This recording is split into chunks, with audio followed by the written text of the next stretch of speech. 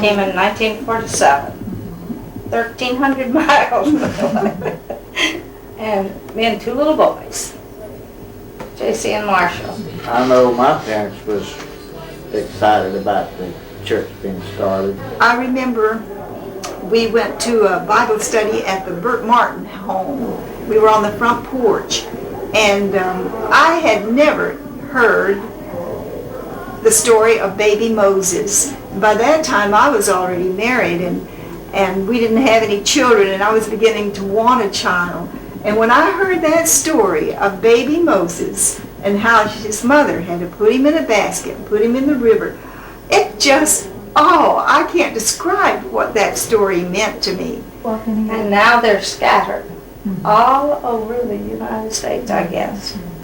We were just happy and close to the Lord, and we felt that whatever He wanted to do, we just let Him do it.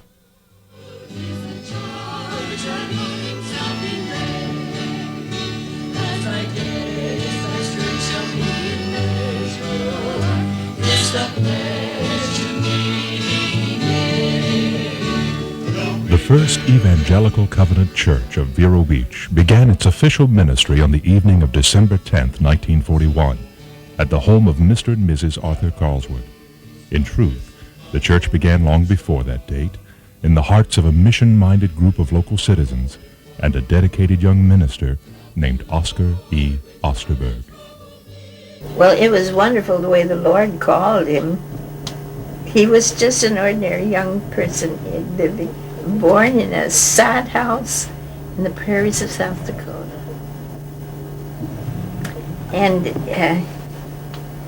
he wasn't strong physically. He had a weak chest, subject to colds. And so he had to, he wanted to be the Lord's work. He wanted to do the Lord's work. Pastor Osterberg and his wife Ruth were a constant and tireless source of encouragement and inspiration during those early days of the First Covenant Church. Those years saw this little body of Christ grow to 70 members, with over 125 attending Sunday school. During those days, they met anywhere they could, an old restaurant, the local high school or community building.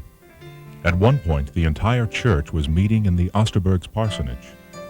Most of this time, however, was spent at the vacant home of Mr. and Mrs. Arthur Carlsworth, a home that over the years would come to be lovingly called the Country Sunday School.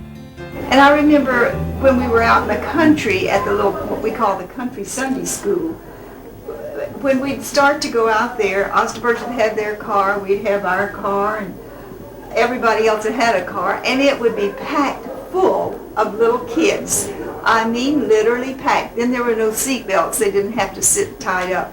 And they would, some be hanging out the window. They would be singing. We would sing choruses from the time we left until we got there, and while we were there and when we got back. We had Wednesday night prayer meetings in homes all over. We just scattered all over wherever they wanted us. And we carried that with us for every service. And we used everybody. The young folks were used, and they were so happy.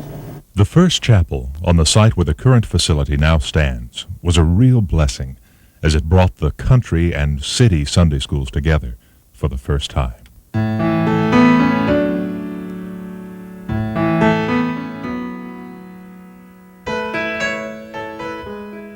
In the years since, a young pastor and his wife first led a brief evening of devotion on the porch of a rural Vero Beach home.